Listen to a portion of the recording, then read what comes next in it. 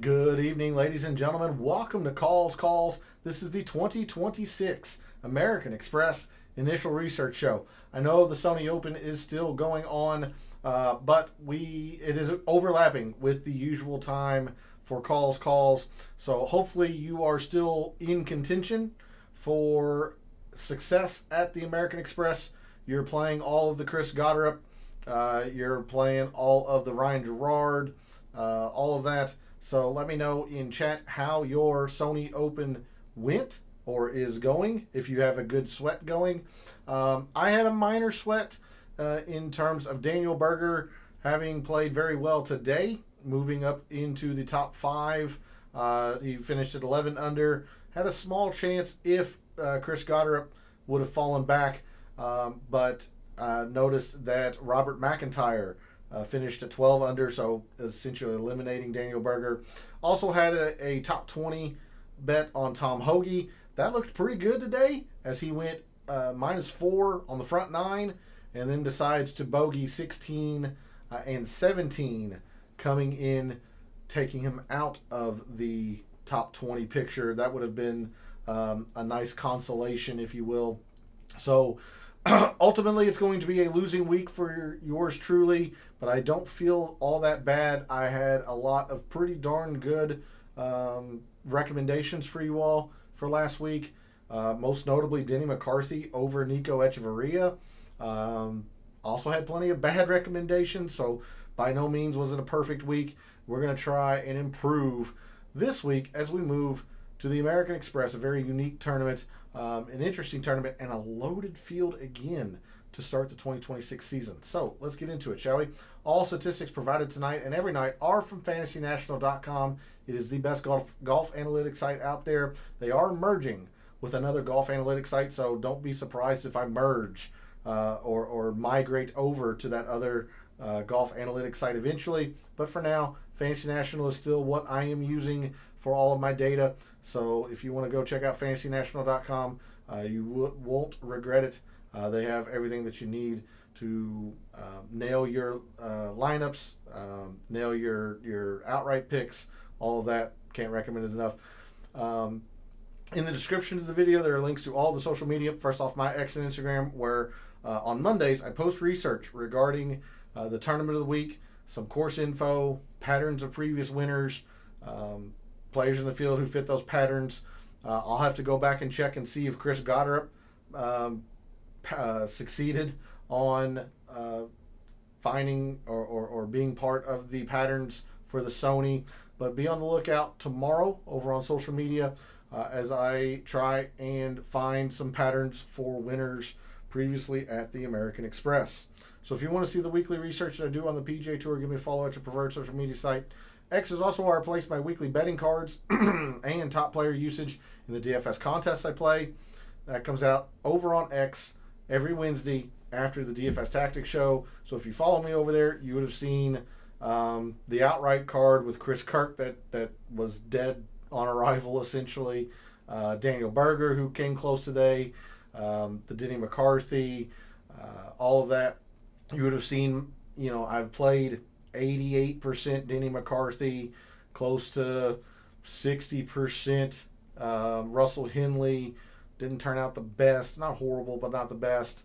All of that. So if you want to see the players that I'm wagering with my own money and the players I'm using most often in my lineups, give me a follow over at X. Lastly, for social media, Gabe's handle's in the description. He writes a great article called The Fringe. I can't recommend it enough. It really is a fantastic read. By subscribing to his article, you're going to get his deluxe version, which comes out every Wednesday, which has his top plays and values, projected ownerships, all of that. Can't recommend it enough. Make sure you're subscribed to that article and go show him some support. Follow him over on social media, because that is where we put our 2026 or our detailed write-ups for the 2026 Picks Challenge. So make sure you're following him over on social media over there as well. Lastly, for this intro, we're live. Chat's open. Want to hear from you all. Again, how's your Sony Open going? Did you do anything in terms of, divisional weekend for NFL? How's that going? And then moving forward, what do you know of the AmEx? What do you think of the 3 courses? Is Scotty the overwhelming favorite in your mind this week? Spoilers, he's in the field. So a lot to talk about. Make sure you put your thoughts and opinions in the chat. If you're not able to catch the show live, put your thoughts and opinions into the comments. I'll always get to those as well. So let's get into it. Let's do our initial research for the 2026 American Express. We're going to start, as we always do, on a Sunday evening with the GCSAA tournament fact sheet. This tournament has had many, many, many sponsors in the past. Whoa, what's going on with my camera? Is that better? Yeah. It is now the American Express, and this is the first of several tournaments, especially early in the year, where we've got a rotation of courses in play before a cut is made. This one is unique in the sense that this is going to be a 54-hole cut, not a 36-hole cut. The main course at PGA West is the Pete Dye Stadium course. So players are going to play that course once during the cut portion, and any player who makes the cut will play the stadium course on Sunday. So that is the main course for this tournament. It'll be played or to be seen twice during the week. The other two courses are the Jack Nicklaus Tournament course, which is also part of PGA West, and then La Quinta Country Club. We are in, obviously, La Quinta, California for the American Express. As mentioned, the architect, if it isn't obvious from the naming, Pete Dye in 1986 opened PGA West as a, I can't say carbon copy, but a mirror to TPC Sawgrass. There are a lot of similarities to TPC Sawgrass, including an island green par 3 17th. But the noticeable difference here at PGA West, I believe it's hole 16, it might be 15, there is a 13-foot deep bunker. I'm sure you've seen images. If you haven't, they are quite comical, especially for amateurs, which I'll get into here in a moment. But a very, very intimidating deep bunker runs parallel to the fairway all the way up to the green. I believe it is on 16. I mentioned amateurs. This, much like the more famous Pebble Beach Pro-Am, this has a significant Pro-Am portion of the tournament. There are many, many amateurs playing this week alongside the pros. Some professionals really like that format. Some really, really do not. So that'll be important to keep in mind as we move forward this week. There is a significant Pro-Am portion during tournament play, meaning Thursday through Sunday. The main course, the Pete Dye Stadium course, is a traditional par 72, meaning 4 par 3s, 4 par 5s, but it is very short, just over 7,200 yards at 7,210 yards. The other courses are extremely short. The Nicklaus Tournament course, traditional par 72, measuring 7,147 yards. So again, very, very short course, especially by par. And then the La Quinta Country Club, also very short. Par 72, traditional par 72, at 7,060 yards. So very, very short courses here at PGA West for the AmEx. The main course, the Pete Dye Stadium course, and all of the other courses, as far as I am concerned, or as far as I'm aware, have POA overseed. You see on the Nicklaus Tournament course, POA Trivialis overseed, and then at the La Quinta Country Club, POA Trivialis Ryegrass overseed. So the same types of greens, same surface of greens throughout all three of the courses. This POA overseed, this includes Harbor Town, Innisbrook, which is the Copperhead course for the Valspar, Memorial Park, which is where the Houston Open is held. I believe it was the Cadence Bank Houston Open. Now Texas Children's Houston Open. I forget the title sponsor. But Houston, Quail Hollow, what used to be the Wells Fargo, and of course where the PGA Championship was last year. The stadium course, obviously where we are this week. Pete Dye Stadium course. TPC San Antonio, which is the, not the Valero, yes, it is the Valero Texas Open, the week before the Masters. TPC Sawgrass, the Players Championship, and TPC Scottsdale, Waste Management Phoenix Open. All of those courses have this POA Trivialis overseed. So we'll have plenty of data to look at in terms of surface type putting.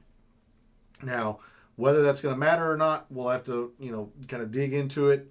But plenty of data in case we want to look at POA Trivialis putting. As far as the rest of the main course, the Pete Dye Stadium course, they've got a lot of overseed this time of year.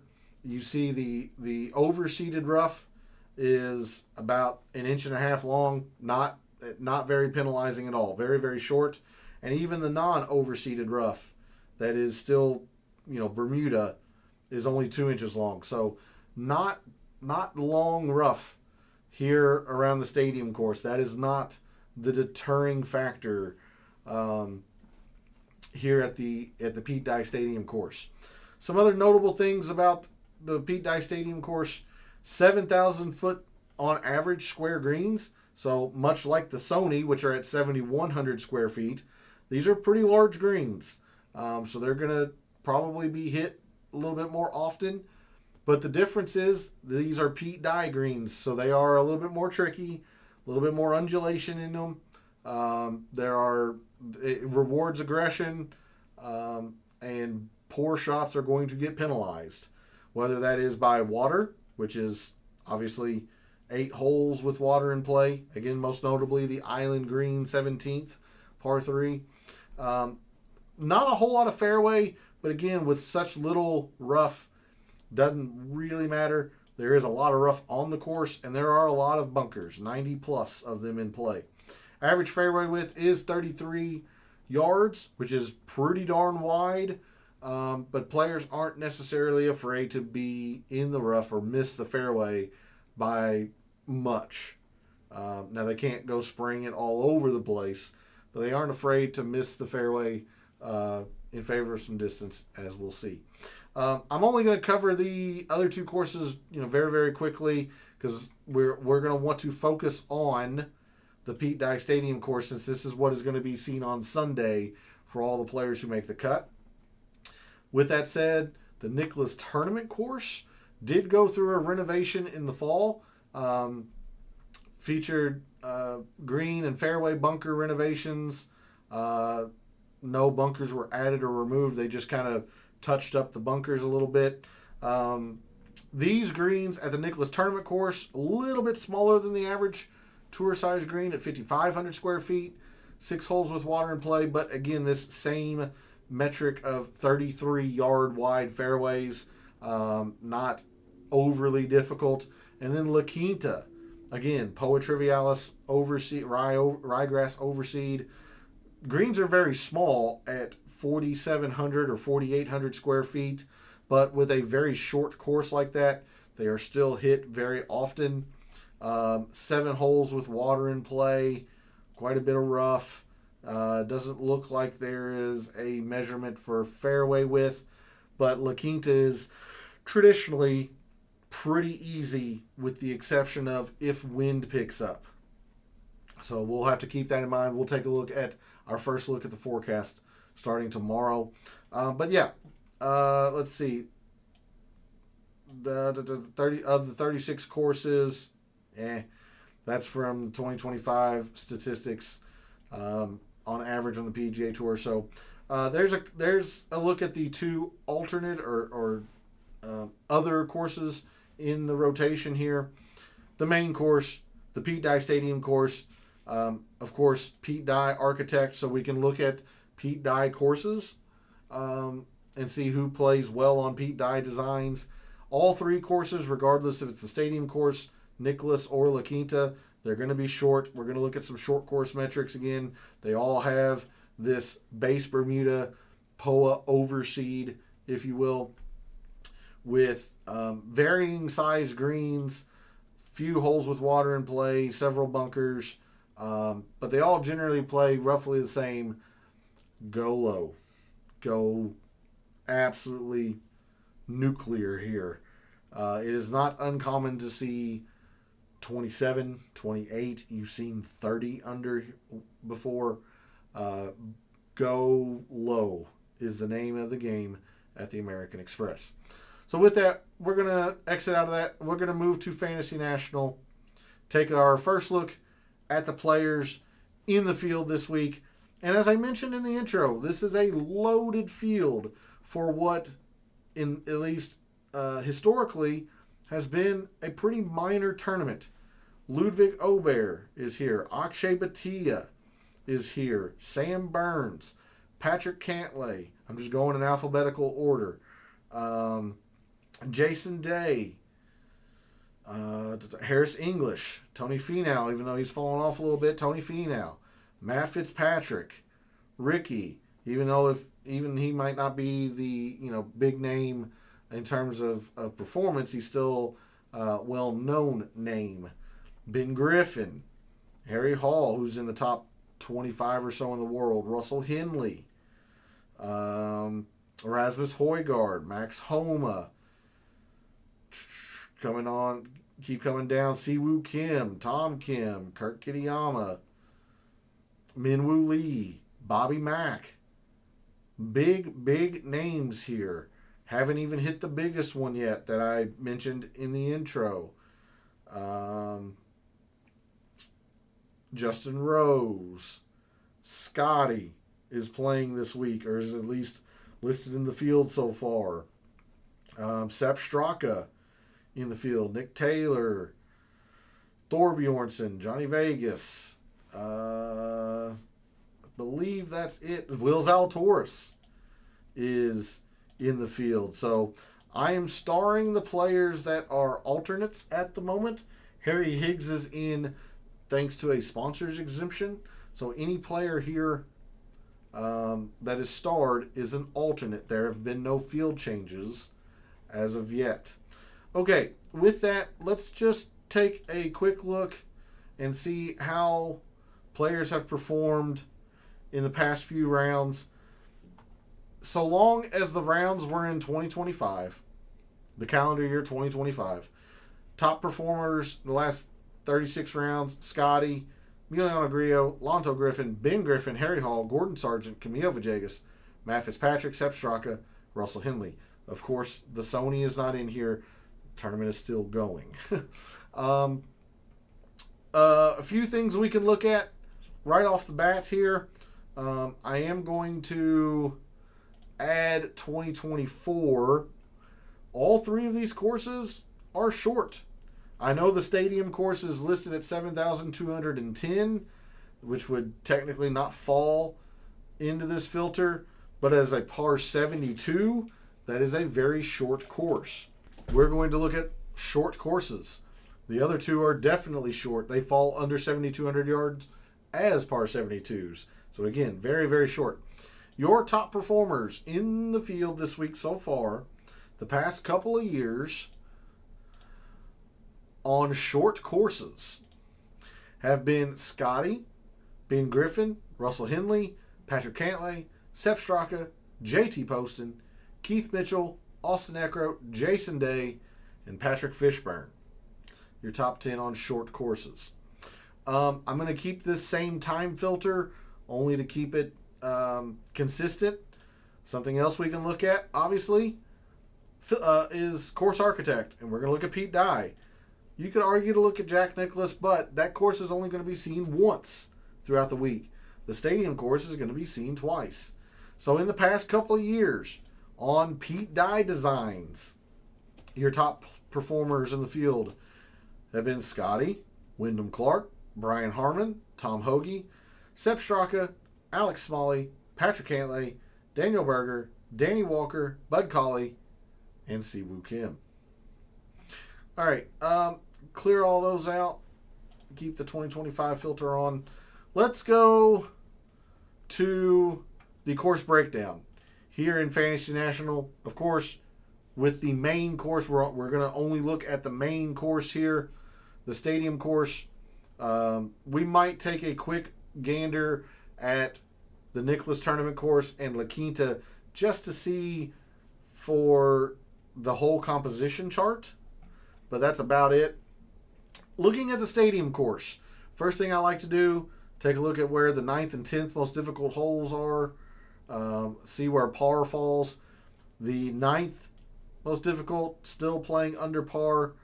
The 8th, slightly over par. So in between the 8th and 9th most difficult hole is where par falls. That would signify average. That's about right. A little bit misleading. You do have one very difficult hole, par 3 13th, playing to 2/10 of a shot over par. And then the par 3 6th, playing close to 2/10 of a shot over par. Other than that, not a whole lot of difficulty here. I mean, even the Island Green, playing just about 1/10 of a shot over par. So 3 of your 4 hardest holes here at the stadium course are par 3s. Your most difficult, your second most difficult, your fourth most difficult. Par 4 18th, water all down the right. Sawgrass has water down the left. 18 might have water on the left as well. I can't, it's escaping me. It plays to 1/10 of a shot over par. Long par 4 15th at 468. Plays slightly over, slightly over par. But you have several scoring opportunities around here. Looking at the par 5s, 2/10 of a shot under par, and that's the most difficult par 5. You have a par 5 that plays to a half a shot under par, quarter of a shot under par. A semi-drivable par 4 plays to 2/10 of a shot under par, 2/10 of a shot under par. The par 5 16th, which is the massive 2-story size bunker that runs parallel to the fairway and the green. Even it plays, 1/3 of a shot under par. So lots of scoring opportunities around the stadium course. And if you were to take a look at the Nicklaus Tournament course, you're going to see a lot of the same. The most difficult hole here at 1300ths versus you've got, 6/10 of a shot under par, almost 2/3 of a shot under par, half a shot under par, very, very easy. And then La Quinta, a lot of the same. Most difficult hole, fairly difficult, 1700ths, whereas you've got half a shot, 2/3 of a shot, half a shot, 4/10. I mean, that's just in the par 5s. So, very, very easy. The name of the game here at the American Express is go low. Go low. Fantasy National not enjoying the fact that I'm jumping from course to course that quickly. Moving down to strokes gained by shot type. No surprise, this is a Pete Dye design. You're going to get rewarded for excellent iron play. So your top 10 finishers, lots of iron play. Off the tee, slightly outweighing around the green. Of course, you're making putts, you're going to be doing all right. But it's a ball striking course for the top 10s. Your top 5s, still much the same. In fact, it's getting exacerbated a little bit because the off the tee heavily outweighing the around the green. And for your winners, this is a ball striking course, particularly with your irons. That's not to say that putting isn't important. It is. A lot of people will call this a putting contest, and it certainly turns into it. But to get to a putting contest, you have to hit some pretty darn good iron shots to contend here. This is still a Pete Dye design. if you hit poor quality irons into the greens, you're not going to give yourself many opportunities. So, looking at average strokes gained by hole by par for your top 10s, you would expect that the par 5s they're taking advantage of, but look at the importance of these par 3s, especially here at the stadium course. The par 3s are very, very difficult around the stadium course. 3 of the 4 toughest, and your other one is fairly easy at 170. So, generally speaking, getting par on these par 3s are going to do you a lot of good. So that's why par 3s are more important here than they are, say, at the Sony, because we saw, at least, in the lead up to last week, par 3s really didn't contribute much at the Sony. Moving into the top 5s, much more the same, kind of more even. And then for your winners, look at the par 3s. They're scoring well on the par 3s. So something to keep in mind for these winners. Going to hole composition. Half of your par 3s here at the stadium course, 150 to 175. One from 200 to 225, and then one 225 plus. So good mix of par 3s here. Very long and difficult par 3s, especially these two. We do have a drivable par 4. And it's not even the one that plays the easiest. 363 here. You have a 346 on the front 9, but only yields an eagle 0.1%, whereas the other one yields it at 0.3%. So interesting to note. But one drivable par 4, and then several short par 4s from 350 to 4, 3 from 400 to 450, 3 from 450 to 5. Your par 5s, 1 short, 2 mid-length, and 1 long. I will check the other 2 courses just very, very quickly, see if there's something that we really want to focus on. Nicklaus Tournament course. Again, 2 shorter par 3s at 150 to 175. The par 4s, several short, 350 to 4 and 400 to 450. Look at the plethora of 500 to 550. I mean, these short par 5s, and that's why they get scored on so easily. And then for La Quinta, I think it's a lot of the same. Oh, yeah. So more longer par 3s at La Quinta, but look at the huge amount of par 4s from 350 to 450, and then all 4 par 5s fall from 500 to 550. So very, very clearly, we're looking at some specific ranges here in terms of length of holes. So I'll go back to the stadium course. Hopefully, Fantasy National handles it a little bit better. Approach shot distribution. A lot of kind of mid irons for these 400 to 500 par 3s, but you also get a lot of wedges on these shorter par 4s. 75 to 100. 100 to 125 is a little bit over the PGA Tour average. You do get quite a few 200 plus because all of these par 5s are attackable in 2. So a good mix of approach shots lengths here, which you would expect from a Pete Dye design. Historic cut line, very easy. It's been as low as -9. The highest or the most difficult it ever was -5. You're generally hovering in this -6 to -7 range. So 2 under per day doesn't sound like much. The stadium course can be tricky if the wind is up. So that means you really have to score well at La Quinta and at the Nicklaus Tournament course. Scoring distribution, several birdies, few bogeys, quite a few doubles, just with all the water hazards around the stadium course. A few eagles, not many. As I was alluding to earlier, driving accuracy, lower here. Even though these fairways are wide, players aren't afraid to be in the rough. The rough is not penal. It's not long. Distance is actually a little bit less here, which is a little bit surprising, only because I guess there are a few holes where players are being a little bit more prudent as in the short par 4 here, where it only yields an eagle 0.1% of the time. Players are probably laying up more often than not on that. Players can choose to lay up on the 363, hit a short, or a fairway metal or a long iron on the 389.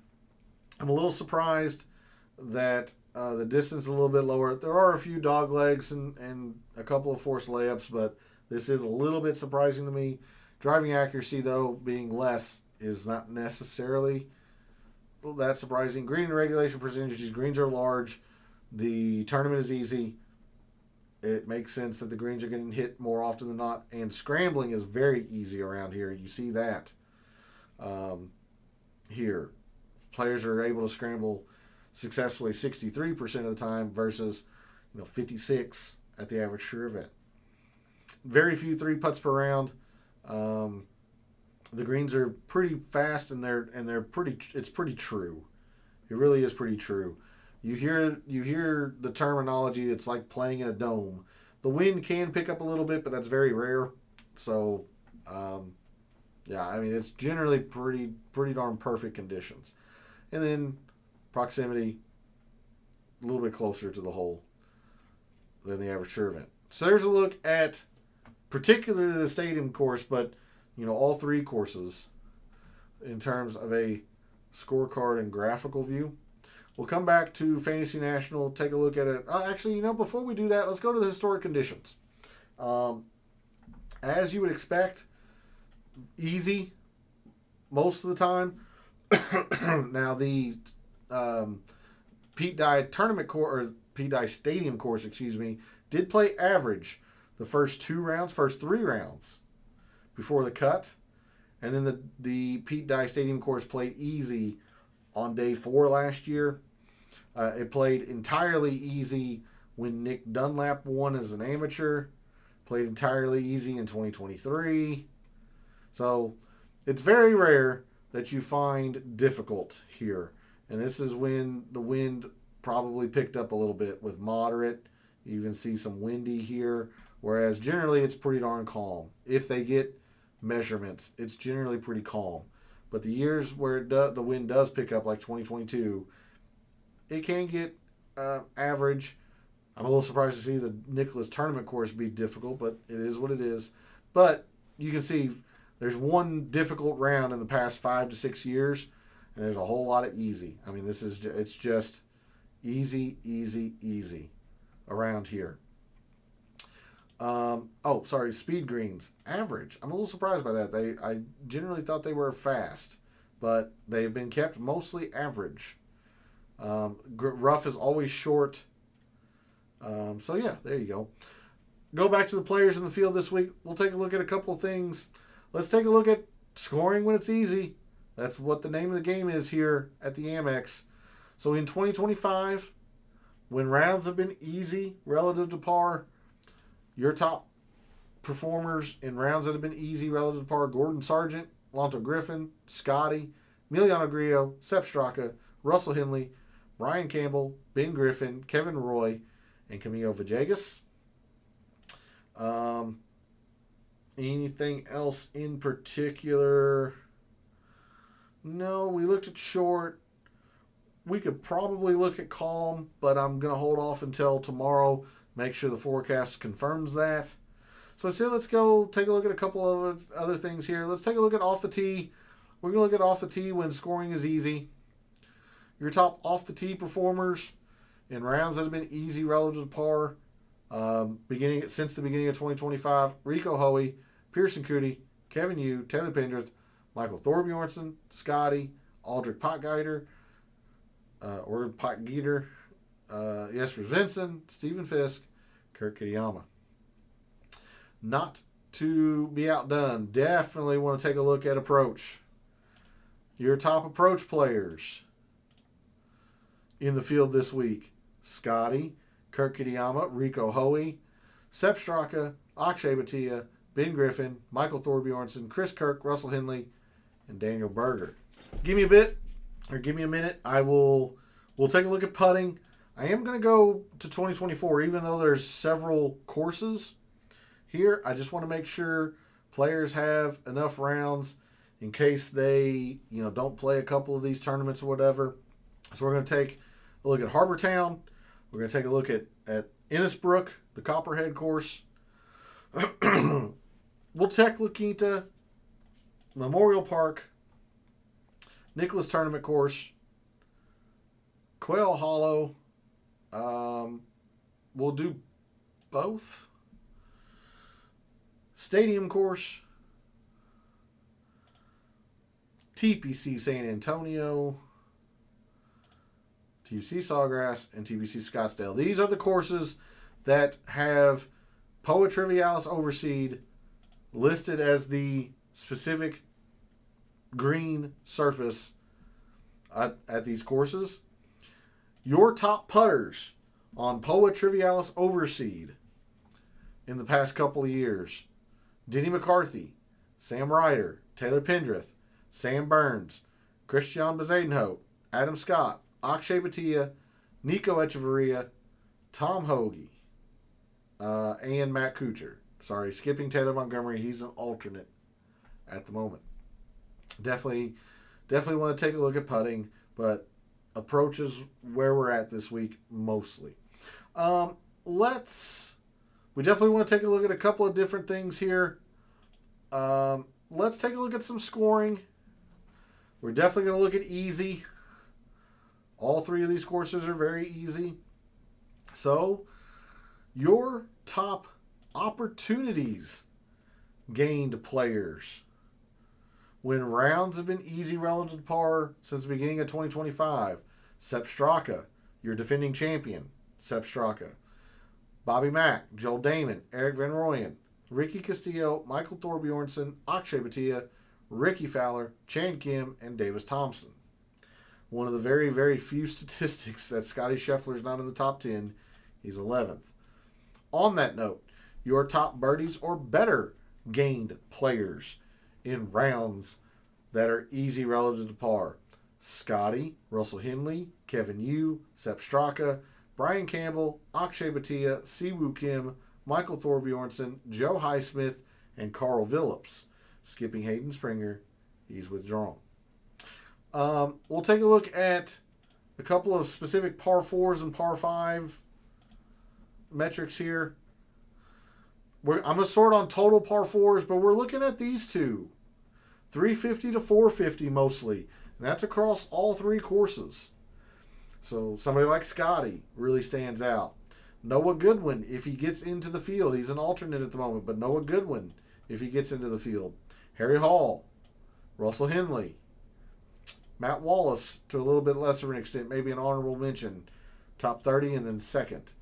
Jason Day, absolutely top 15 in both. Ben Griffin, Akshay Bhatia, Hao Tong Lee, Taylor Montgomery, if he gets into the field, stands out a little bit.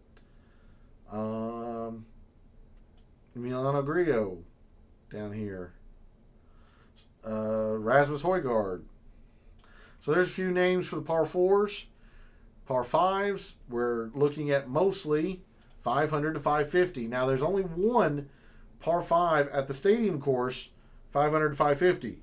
But the other course, La Quinta, has all four par 5s measured to this range. And then the Nicholas Tournament course has 3 of its 4 par 5s measured to this length. So we're going to take a look at this length mostly.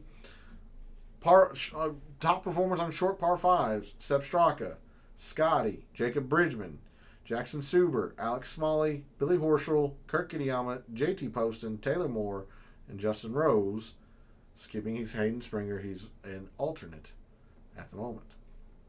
All right, last thing we're going to cover tonight: tournament history or strokes gained total page view.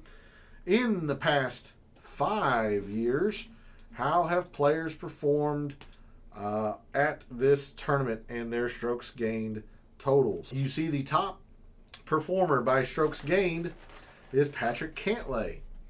Runner-up to Siwoo in 2021. Top 5, top 10, top 30, and a middling, or actually a pretty poor performance 2 years ago. So he's played pretty darn well here at the American Express. Siwoo, winner several years ago. Top 15. Has been much more middling lately. I will admit that is one player I got quite wrong at the Sony. He played pretty well this week, and I wanted no part of Siwoo. That's also one of the reasons why I didn't do as great this week.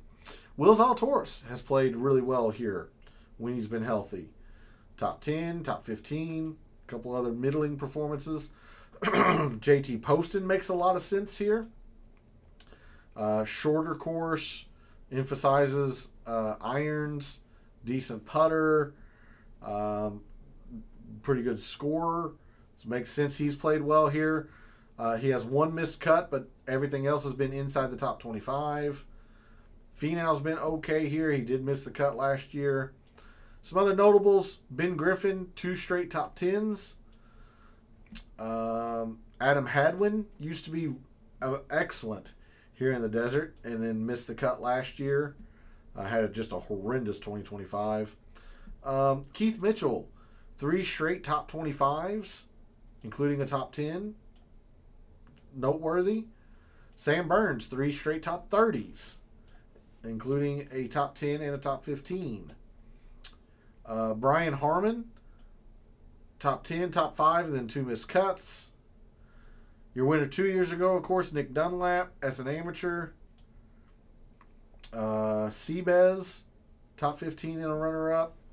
So, Sepp Straka is your defending champion. So there's a look at some of the players who have played pretty well at the American Express. Players who have not played well at the American Express. And that can either be course fit, or these players might just not like the Pro-Am format. It'd be interesting to see how they fare at the Pebble Beach Pro-Am as well. Because if they are poor at both the Pebble Beach Pro-Am and here, then they just probably don't like the Pro-Am format.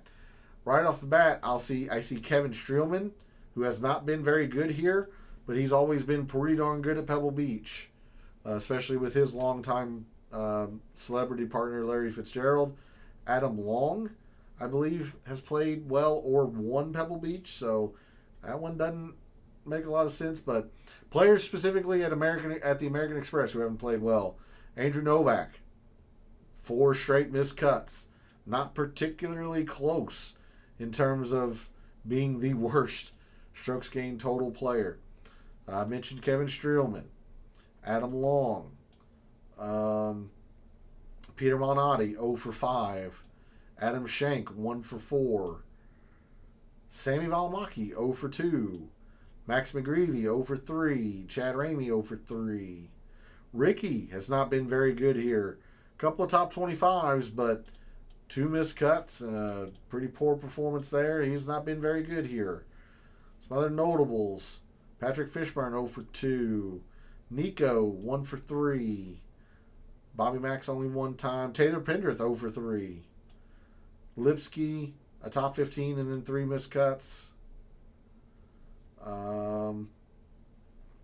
Patrick Rogers, not very good, 2 for 4. S.H. Kim, 0 for 2. Dylan Wu, 1 for 3.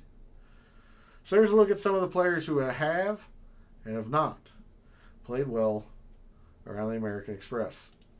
That's going to do it for our initial research show this evening. I want to thank everybody for tuning in, watching, listening, supporting the channel by liking the videos, commenting, and subscribing. I always appreciate it. I love what I do, taking a very in-depth look at golf statistics, giving you a statistician and data analyst view of what he sees, trying to help us all win a little bit of money in the process. I hope you had a much more successful Sony Open than I did. I am going to be, it's going to be a losing week for me, but I really don't feel bad about a lot of the things at the Sony. It just kind of didn't break my way. Russell Henley didn't play as well as I thought he would. McCarthy kind of struggled in the middle of the tournament. Siwoo played better than I thought. Bobby Mack thought could play well, especially on the good half of the draw, but I had to plant my flag somewhere. I was happy with the Tom Hoagie mention. Kind of sucks that he bogeyed a couple holes coming in on his back 9 on Sunday, or else that top 20 might have hit. So felt pretty good about the Sony, and we're going to try and build more momentum throughout this week going into the American Express. So thanks again for all the support, for all the wagers you made this past week for the Sony Open, for all the DFS contests you played this past week for the Sony Open. Until I see you tomorrow night for the Data Dive show, may all your bets be profitable.